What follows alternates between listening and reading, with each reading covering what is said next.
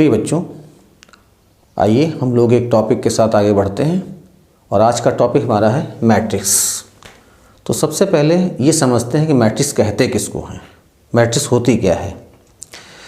देखिए बच्चों, अगर हमारे पास mn एलिमेंट्स हैं और इन एलिमेंट्स को हम m रोज बना दें इसकी और n कॉलम बना दें, तो इस तरीके का जो अरेंजमेंट किया जाएगा, इनका जो अरेंजमेंट हम करेंगे, इनको अगर हम एक रेक्टेंगुलर एरे में लिख दें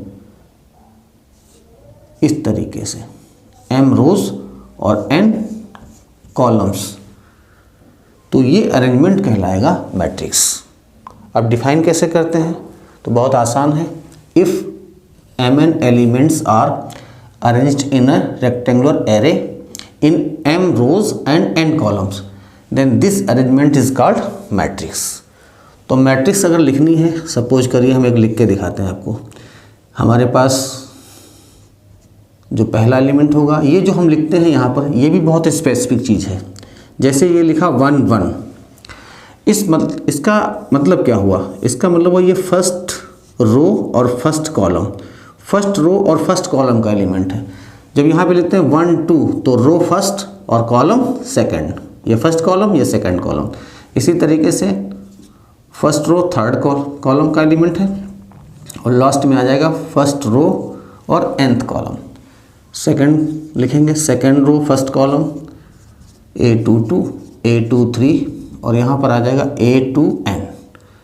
इसी तरीके से थर्ड रो हम लोग लिख लेंगे, फोर्थ रो लिख लेंगे और क्रमशः रो लिखते रहेंगे। लास्ट में हमारे पास आ जाएगी m रो, तो यहाँ पर आ जाएगा AM1 AM2 AM3 और फाइनली यहाँ पे लिखेंगे AMn। तो देखिए यहाँ पर जो ये हमारे पास बनी है, ये हमारी है फर्स्ट रो, इसको हम लोग कहते हैं R1। ये हमारे पास है, ये सेकंड रो है। इसी तरीके से थर्ड फोर्थ फिफ्थ जितनी रो होंगे सबको लिखेंगे और ये लास्ट रो है, इसको हम कहते हैं mth रो। जब रो लिखते हैं तो देखिए, जैसे हमने ये लिखी फर्स्ट रो R1, तो इनका जो पहला पॉइंट है हर एक में वो 1 रहेगा। ये 1 1 1, इसका मतलब ये फर्स्ट रो के एलिमेंट है। ये सेकंड रो के एलिमेंट है, तो इनका जो फर्स्ट नंबर है ये फर्स्ट डिजिट 2 रहेगी, हर जगह 2 रहेगी। इसके मतलब ये सभी सेकंड रो के एलिमेंट हैं। इसी तरीके से ये mth रो के एलिमेंट हैं, क्योंकि इनका फर्स्ट नंबर जो है वो m है। इसी प्रकार से हम लोग इनको कहते हैं कॉलम। तो ये हमारा है फर्स्ट कॉलम, इसको हम लोग कहते हैं C1, इसे कहते हैं C2, इसे कहते हैं C3 और इसी तरीके से ये लास्ट कॉलम हो जाएगा तो ये Cn कॉलम हो जाएगा। ये जो कॉलम है इसकी पोजीशन सेकंड नंबर पे रहती है।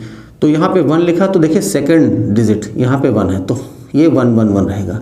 यहाँ पे सेकंड कॉलम है तो सेकंड डिजिट 2 2 रहेगी। ये 3 है तो थर्ड सेकंड नंबर 3 3 रहेगा। कहने का मतलब ये है कि जब किसी भी एलिमेंट को हम लिखते हैं, तो जब उसमें लिखते हैं तो वहाँ पे 2 नंबर हम दिखाते हैं, एक इस तरीके से और एक ये। तो ये जो पहला एलिमेंट है ये रो की पोजीशन को बता रहा है और सेकंड जो नंबर लिखा जा रहा है ये कॉलम की पोजीशन को बता रहा है। इसका मतलब है, अगर हमको लिखना पड़े द एलिमेंट ऑफ फर्स्ट रो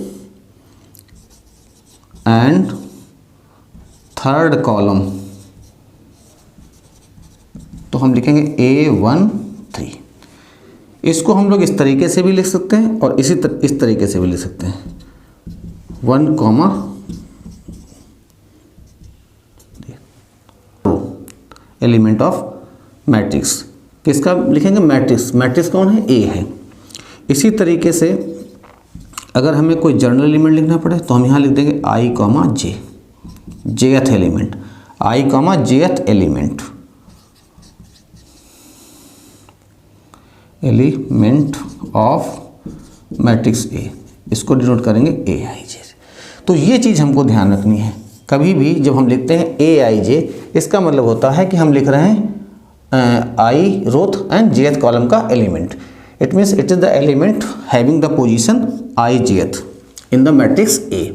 अब इसी चीज़ को अगर हमें जनरलाइज करना पड़े इस पूरे को, तो हम इसको शार्ट में भी लिख सकते हैं, क्योंकि हमने एक जनरल टर्म मान लिया। अब इस पूरे के लिए हमने एक जनरल टर्म ले लिया और वो जनरल टर्म हमारे पास हो गया AIJ। यहाँ पे ऑर्डर क्या है, M × N। M क्या है, नंबर ऑफ रोज, और N क्या है, कॉलम। तो जब इस तरीके से लिखते हैं, ये नंबर ऑफ रोज रहता है और ये रहता है नंबर ऑफ कॉलम्स। तो इनको जब इस तरीके लिखते हैं तो इस पूरे को, दोनों को एक साथ कहते हैं order of matrix, order of matrix. ठीक है, यहाँ पर इसे क्या करेंगे, अब इस चीज़ को अगर हमें लिखना है AIJ, यहाँ पे लिख दिया M × N। तो यहाँ पर जो I की वैल्यू होती है, वो I की वैल्यू हमारी शुरू होती है कहाँ से, 1 से, और कहाँ पे ख़त्म होती, M पे। देखिए आप इसे ध्यान दीजिए, ये फर्स्ट रो है तो यहाँ पे I की वैल्यू 1 है पूरे में, ये सेकंड है तो I की वैल्यू 2 है, और लास्ट में I की वैल्यू यहाँ पे पहला एलिमेंट क्या आ गया है, यहाँ पे M आ गया है। तो ये हमारे पास M आ गया। तो 1 से लेके कहाँ तक जा रही है, ये हमारे पास I की वैल्यूज हैं। इसी तरीके से J की वैल्यूज, J की वैल्यू काहे के लिए होती, ये कॉलम की पोजीशन को शो करता है। तो कॉलम की वैल्यू हमारी कहाँ शुरू हो रही, 1 से, और कहाँ तक जा रही है, N तक। तो ये 1 से लेके N तक रहेगा। जब हमें कोई भी रो लिखनी होती है तो हम उसकी वैल्यू को फिक्स कर देते हैं। जैसे सपोज करिए हमें इस मैट्रिक्स में फर्स्ट रो लिखनी है, तो जब फर्स्ट रो लिखेंगे तो I की वैल्यू को हम 1 कर देंगे फिक्स। अब इसके जितने भी एलिमेंट हम लिखेंगे यहाँ पर, इन सब के लिए पहला नंबर हमारा 1 रहेगा। और J की वैल्यू जो हमारी है, I की वैल्यू को तो हमने फिक्स कर दिया, लेकिन J की वैल्यू को हम 1 से लेके N तक जाएंगे। तो यहाँ पर 1 लिखेंगे, फिर 2 लिखेंगे, फिर 3 लिखेंगे, और लास्ट में यहाँ पर N लिख देंगे। इसी तरीके से सेकेंड रो लिखेंगे तो I की वैल्यू फिर फिक्स करेंगे, कितनी फिक्स करेंगे, 2। सेकेंड रो के लिए I की वैल्यू 2 हो जाएगी, और J की वैल्यू क्या होगी, वो 1 से लेके N तक रहेगी। तो 1 2 3 और यहाँ पे N। इसी तरीके से किसी भी रो को हमें लिखना पड़ेगा, हम उस रो की वैल्यू को पहले फिक्स कर लेंगे और लास्ट में J की वैल्यू 1 से लेके और N तक ले जाएंगे। जब लास्ट रो लिखेंगे तो I की वैल्यू M हो जाएगी, हर जगह हम M लिखेंगे, और उसके बाद में J की वैल्यू 1 से लेके N तक। ये इसमें लिख रहे हैं, ये जो एलिमेंट हमने यहाँ लिखा इसी में। तो यहाँ पे आ जाएगा 1 2 3 और यहाँ पर आ जाएगा आपका N। तो ये मैट्रिक्स बन गई। तो ये हमारी कंप्लीट मैट्रिक्स है, और इसी का एक कॉम्पैक्ट फॉर्म हमारे पास ये है। तो कभी भी किसी मैट्रिक्स को हमें कॉम्पैक्ट फॉर्म में जब डिनोट करना पड़ेगा तो हम इस तरीके से लिखेंगे, और जब उसको एक्सपेंडेड फॉर्म में लिखना पड़ेगा, कंप्लीट फॉर्म में लिखना पड़ेगा, तो हम इस तरीके से सारे एलिमेंट उसमें लिख देंगे। तो यहाँ पे फिर से एक बार आप समझ लीजिए कि मैट्रिक्स क्या होती है। हमने यहाँ पे लिख दिया है। मैट्रिक्स क्या है, matrix is just the arrangement. काहे का अरेंजमेंट है, एलिमेंट्स का। कितने एलिमेंट्स का है, mn एलिमेंट्स का अरेंजमेंट है। क्या बनाया गया है, m रोज बना दी गई हैं और n कॉलम बना दिए गए हैं, और ये हमने एक रेक्टेंगुलर एरे में इसको अरेंज कर दिया है। तो इस रेक्टेंगुलर एरे को, जिसमें हमने mn एलिमेंट को m रोज और n कॉलम्स में अरेंज किया है, इसी को हम कहते हैं मैट्रिक्स। और इस पूरी मैट्रिक्स को हम शार्ट में इस तरीके से डिनोट करते हैं। ये जो यहाँ लिखा जाता है M × N, इसे हम लोग कहते हैं ऑर्डर ऑफ मैट्रिक्स। इसमें पहले लिखा जाता है नंबर ऑफ रोज और बाद में लिखा जाता है नंबर ऑफ कॉलम। ये जो लिखा है यहाँ पे AIJ, ये कहलाता है ijth element, ijth element of matrix A। इतनी बात हमको बहुत फंडामेंटल तौर से मालूम होनी चाहिए। तो मैट्रिक्स हम लोगों ने सिंबल भी समझ लिया है। अब ये हमारे पास एक मैट्रिक्स लिखी है जिसका ऑर्डर है m/n। सबसे पहले हम देखते हैं इसमें स्केलर मल्टीप्लिकेशन क्या होता है। स्केलर मल्टीप्लिकेशन, अब किसी भी मैट्रिक्स को हम किसी स्केलर से मल्टीप्लाई करें, scalar means any real number, किसी रियल नंबर से हम मल्टीप्लाई करें तो उसमें क्या चेंजेज होंगे। तो देखो हमारे पास मैट्रिक्स ए दे रखी, अगर इसको हम लैम्डा से मल्टीप्लाई कर दें तो क्या होगा, जो हमारे पास मैट्रिक्स गिवन है उस मैट्रिक्स का हर एक एलिमेंट इसी लैम्डा से मल्टीप्लाइड हो जाएगा। तो कभी भी किसी मैट्रिक्स को किसी स्केलर से मल्टीप्लाई करने का मतलब होता है उस मैट्रिक्स के जितने एलिमेंट हैं हर एक एलिमेंट को उस स्केलर नंबर से मल्टीप्लाई कर देना। यहाँ पे एक आध प्रॉपर्टी हम लोगों को याद रखनी है कि इसका दूसरा भी मतलब है, अगर कहीं किसी मैट्रिक्स में हर एक एलिमेंट में कोई नंबर कॉमन हो तो हम उसको कॉमन भी विड्रॉ कर सकते हैं। तो ये हमने यहाँ पर इस तरीके से इसको मैट्रिक्स को मल्टीप्लाई कर देना है। अगर हमारे पास दो स्केलर हैं तो हम दो तरीके कर सकते हैं कि हम इनको या तो दोनों स्केलर को ऐड कर लें फिर मैट्रिक्स को मल्टीप्लाई करें, या एक स्केलर से मैट्रिक्स को मल्टीप्लाई करें और दूसरे स्केलर से मैट्रिक्स को मल्टीप्लाई करें और दोनों को ऐड कर दें। तो ये यहाँ पर डिस्ट्रीब्यूटिव प्रॉपर्टी हो गई, यहाँ पर मैट्रिक्स डिस्ट्रीब्यूट हो रही ओवर स्केलर्स। इसी तरीके से हम इस तरीके से भी लिख सकते थे कि अगर हमारे पास कोई दो मैट्रिक्स हैं और हम स्केलर से मल्टीप्लाई करना चाह रहे हैं उनके सम को, तो हम यहाँ पे लिख सकते हैं लैम्डा ए प्लस लैम्डा बी। तो ये स्केलर मल्टीप्लिकेशन यहाँ पर हो गया। आइए कुछ और चीज़ें सीखते हैं। अब देखिए स्केलर मल्टीप्लिकेशन तो हमने सीख ही लिया है, अब हमें ये सीखना है कि कितने प्रकार के मैट्रिक्स होते हैं। तो हम सीख लेते हैं टाइप्स ऑफ मैट्रिक्स। इसके टाइप्स बताने से पहले सबसे पहले बात कर लेते हैं नल मैट्रिक्स की।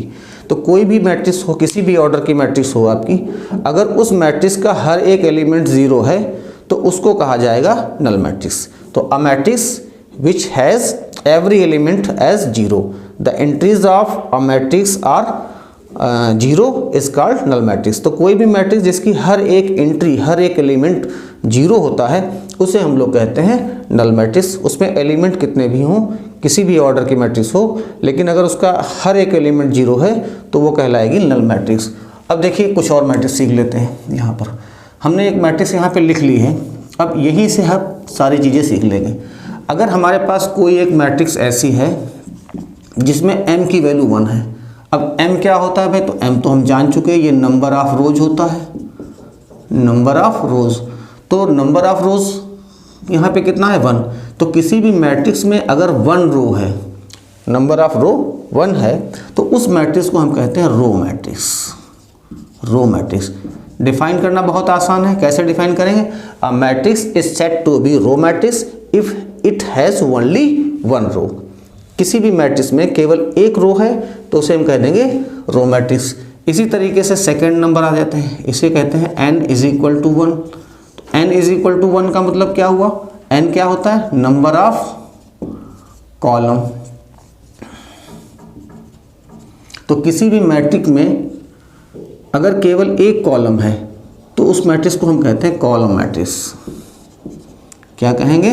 Column matrix. डिफाइन कैसे करेंगे? A matrix is said to be column matrix if it has only 1 column.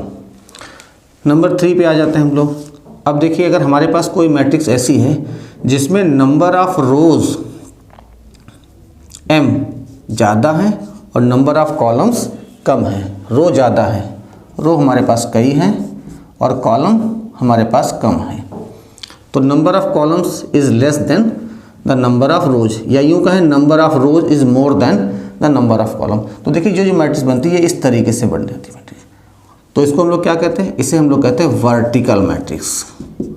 Vertical, देखो वर्टिकल बन भी रही है, वर्टिकल मैट्रिक्स।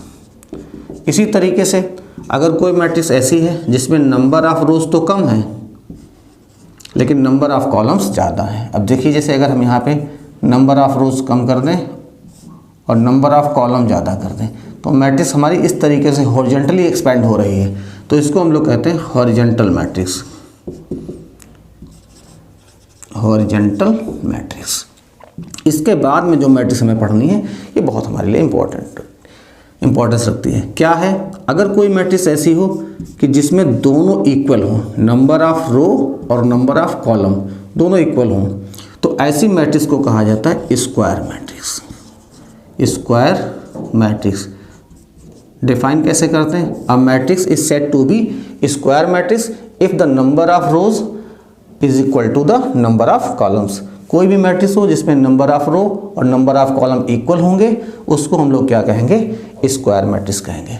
तो जब स्क्वायर मैट्रिक्स यहाँ लिखी जाती है तो हम लोग उसको इस तरीके से लिख देते हैं n इंटू एन, ठीक है। या कई बार ऐसे भी लिखा जाता है, लिख देते हैं aij ऑफ ऑर्डर n। तो ऑर्डर n का मतलब है नंबर ऑफ रो भी n है और नंबर ऑफ कॉलम भी n है। तो जब ये मैट्रिक्स हमको मिल जाती है, अब इसको हम जब एक्सपेंड करते हैं तो इसमें एक चीज़ आपको ध्यान रखनी है कि aij यहाँ लिख दिया n इंटू एन। इसको अगर हम एक्सपेंडेड फॉर्म में लिखेंगे तो कुछ इस तरीके से बनेगी a11, a12, a13, a1n। इसी तरीके से a21, a22, a23 और यहाँ पे आ जाएगा a2n। अगला आ जाएगा a31, a32, a33 और यहाँ पे आ जाएगा a3n। और इसी तरीके से अगर हम लिखते रहेंगे तो लास्ट में हमें मिल जाएगा यहाँ पर an1, an2, an3 और यहाँ पे आ जाएगा an। अब देखिए बच्चों, ये जो मैट्रिक्स हम लिख रहे हैं इसमें एक खास बात ये है, अगर हम इसको रेक्टेंगल सपोज कर लें तो रेक्टेंगल सपोज करने पे एक डायगोनल हमको ये मिलता है और एक डायगोनल हमें ये मिलता है। किसी भी रेक्टेंगल में दो डायगोनल होते हैं। अब ये डायगोनल जो लेफ्ट टॉप से राइट डाउन को जाता है, इस डायगोनल को हम मैट्रिक्स में कहते हैं प्रिंसिपल डायगोनल। प्रिंसिपल डायगोनल या लीडिंग डायगोनल भी कहते हैं, लीडिंग डायगोनल। अब देखिए ये लीडिंग डायगोनल या प्रिंसिपल डायगोनल है क्या? तो ये जो हमारे पास एलिमेंट आ रहा है, ध्यान से आप देखें, ये एलिमेंट, इनको हम लोग कहते हैं elements of the principal diagonal और लीडिंग डायगोनल। लेकिन इनमें खास बात भी है। देखो खास बात क्या इसमें है कि इनमें जो i और j ये दोनों नंबर हैं, ये दोनों नंबर सेम रहते हैं। देखो यहाँ पे 1 1 है, यहाँ पे 2 2 है, यहाँ पर 3 3 है, यहाँ पर n n है। इसका मतलब है फॉर डायगोनल एलिमेंट्स किसी भी स्क्वायर मैट्रिक्स के लिए, किसके लिए? For the square matrix. Square matrix में जो डायगोनल एलिमेंट्स होते हैं उनके लिए जो हम लिखते हैं तो aij, ये डायगोनल एलिमेंट मिलता है हमें। ये क्या होता है? Diagonal element. और इसके लिए i और j की वैल्यू कैसी होती है? इक्वल होती है। तो जब i और j दोनों इक्वल हो जाएंगे तो वो जो एलिमेंट हमें मिलेगा वो एलिमेंट कहाँ का होगा? डायगोनल एलिमेंट होगा। और जो नॉन डायगोनल एलिमेंट होंगे, non diagonal elements of a square matrix. Non diagonal element क्या होते हैं? इसको अगर हम कहें aij, तो इनके लिए खास बात यह है कि i is not equal to j। तो जब i और j की वैल्यू इक्वल नहीं होती है तो वो एलिमेंट हमारे कहलाते हैं नॉन डायगोनल एलिमेंट। ये जो एलिमेंट हमने लिखे हैं ये डायगोनल एलिमेंट हैं, और इसके अलावा जितने एलिमेंट हैं ऊपर या नीचे लिखे हैं ये सभी एलिमेंट हमारे, नीचे वाले भी, ये नॉन डायगोनल एलिमेंट हैं। अब डायगोनल एलिमेंट के लिए तो हमें मालूम हो गया कि i और j इक्वल होते हैं, और नॉन डायगोनल एलिमेंट के लिए i और j की वैल्यू इक्वल नहीं होती, बराबर नहीं होती है। तो इसमें भी एक खास बात देखिए, जो नीचे के एलिमेंट हमने लिखे हैं, ये वाले जो एलिमेंट हम लिख रहे हैं, ध्यान दें आप लोग, लीडिंग डायगोनल के नीचे के एलिमेंट, इसमें देखिए i की वैल्यू यहाँ 2 है और j की वैल्यू 1 है, यहाँ पर 3 1 है, यहाँ 3 2 है, यहाँ n 1 है। तो जितने भी नीचे के एलिमेंट होते हैं इन एलिमेंट्स के लिए i is always greater than j। और जब ये एलिमेंट हम लिखते हैं, इन एलिमेंट्स को आप देखिए, इन एलिमेंट्स के लिए उल्टा होता है। यहाँ पे i की वैल्यू 1 है, j की वैल्यू 2 है, यहाँ 1 3, यहाँ 1 n, तो यहाँ पर i is less than j। तो आपको इस पूरी मैट्रिक्स को 3 कैटेगरी में डिवाइड करके समझना है। एक तो लीडिंग डायगोनल एलिमेंट, तो लीडिंग डायगोनल एलिमेंट जितने भी हैं उनके लिए i और j इक्वल होता है। लीडिंग डायगोनल के नीचे के जो एलिमेंट होते हैं उसमें i is greater than j, और लीडिंग डायगोनल के ऊपर के जो एलिमेंट होते हैं उनके लिए i is less than j होता है। ये बात हमको अच्छे से समझ लेनी है, क्योंकि यही कॉन्सेप्ट हमारा आगे काम आने वाला है। देखिए बच्चों, हम लोग पढ़ रहे हैं कि अगर कोई भी मैट्रिक्स ऐसी होती है जिसमें m = n होता है तो Aij, इसे लिखते हैं n × n, और इसको हम लोग कहते हैं स्क्वायर मैट्रिक्स। अभी हम लोग इसकी चर्चा कर रहे थे। अब स्क्वायर मैट्रिक्स में हम लोगों ने पढ़ लिया है कि लीडिंग डायगोनल के एलिमेंट क्या होते हैं, उनके नीचे के लोअर एलिमेंट क्या होते हैं, उनके ऊपर के अपर एलिमेंट्स क्या होते हैं, उसकी कंडीशन हम लोग यहाँ पे सीख चुके हैं। अब यहाँ पर स्क्वायर मैट्रिक्स में कुछ स्पेशल टाइप की मैट्रिक्स पढ़ लेते हैं। तो सबसे पहले हम लोग पढ़ते हैं डायगोनल मैट्रिक्स। डायगोनल मैट्रिक्स, तो देखिए कोई भी स्क्वायर मैट्रिक्स, अब ये जो नीचे मैट्रिक्स पढ़ रहे हैं इन सभी मैट्रिक्स के लिए स्क्वायर मैट्रिक्स होना जरूरी है। यानी जब स्क्वायर मैट्रिक्स होगी तभी ये सारे प्रॉपर्टीज उसके अंदर आएंगी। तो कोई भी स्क्वायर मैट्रिक्स को हम डायगोनल मैट्रिक्स कब कहेंगे? हम डायगोनल मैट्रिक्स तब कहेंगे जब उसके Aij is not equal to 0 हो, where I is equal to j, और Aij इज इक्वल टू 0 हो when I is not equal to j। इसका मतलब क्या हुआ भाई? इसका मतलब ये हो गया कि जब I और j इक्वल होते हैं तो एलिमेंट हमें कौन से मिलते हैं? डायगोनल के एलिमेंट मिलते हैं। तो डायगोनल के जो एलिमेंट हैं, लीडिंग डायगोनल के एलिमेंट, वो क्या हो? नॉन जीरो हो।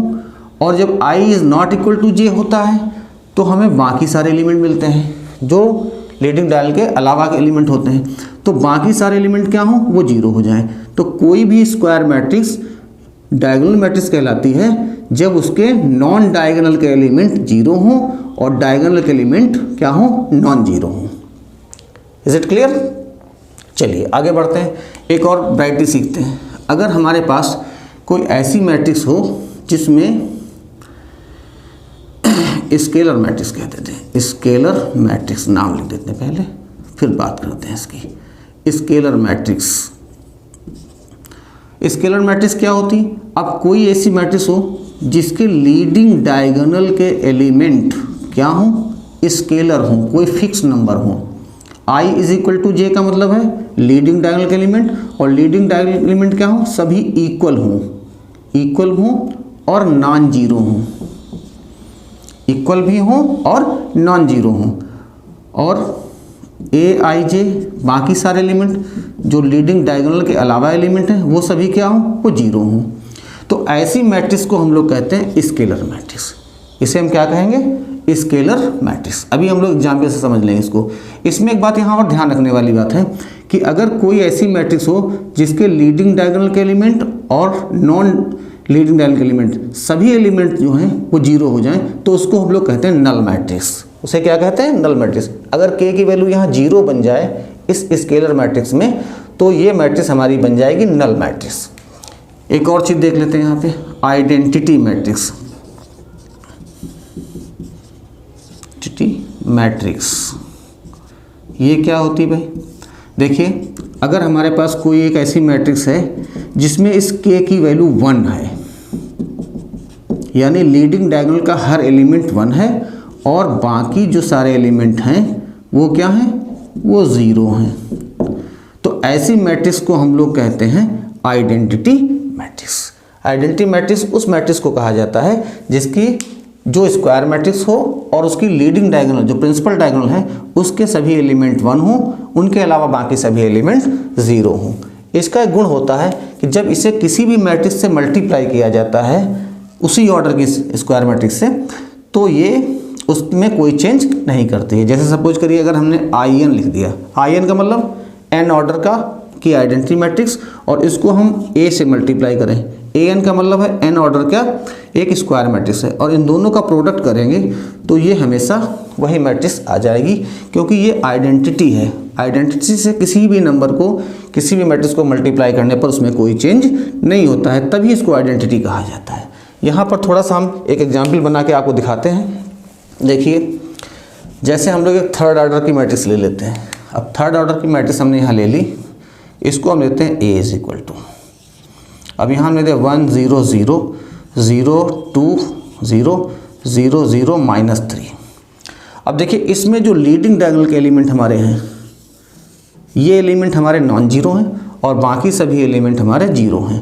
तो जब लीडिंग डायगोनल के एलिमेंट नॉन जीरो हों और बाकी सभी जीरो हों तो ऐसी मैट्रिक्स को हम लोग कहते हैं डायगोनल मैट्रिक्स। तो ये हमारी हो गई डायगोनल मैट्रिक्स। अगर इसी मैट्रिक्स में ये तीनों एंट्री इक्वल हो जाएं, क्या हो जाएं?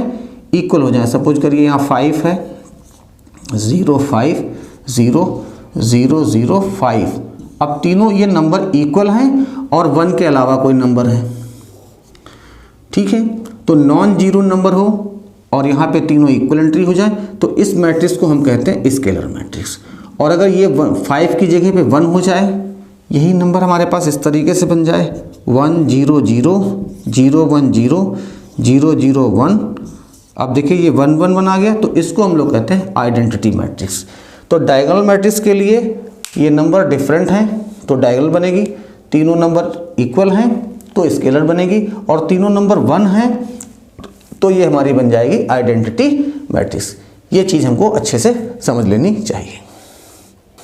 आइए एक और मैट्रिक्स हम लोग समझ लेते हैं जिसको हम लोग कहते हैं ट्रायंगुलर मैट्रिक्स। ट्रायंगुलर मैट्रिक्स, देखिए बच्चों ट्रायंगुलर मैट्रिक्स क्या होती है? एक ऐसी कोई मैट्रिक्स जिसमें लीडिंग डायगोनल के नीचे के एलिमेंट या ऊपर के एलिमेंट क्या हो जाए? जीरो हो जाए।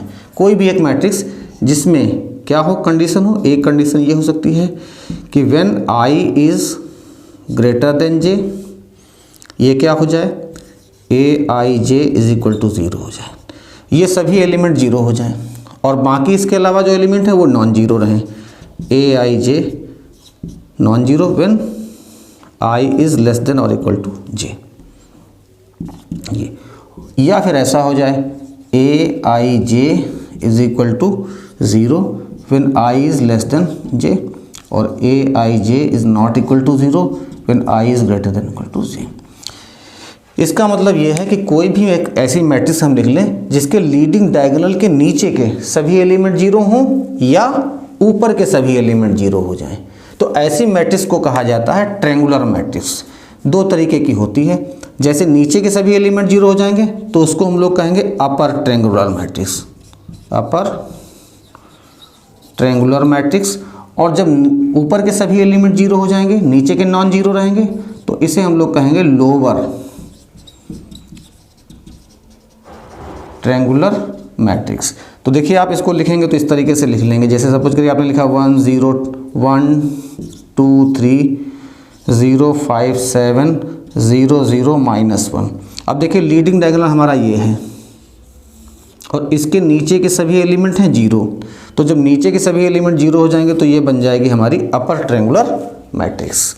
और अगर उल्टा हो जाए, इस तरीके से लिख दें कि 1 0 0 2 3 0 5 -1 2। इसमें देखिए ये एलिमेंट क्या है?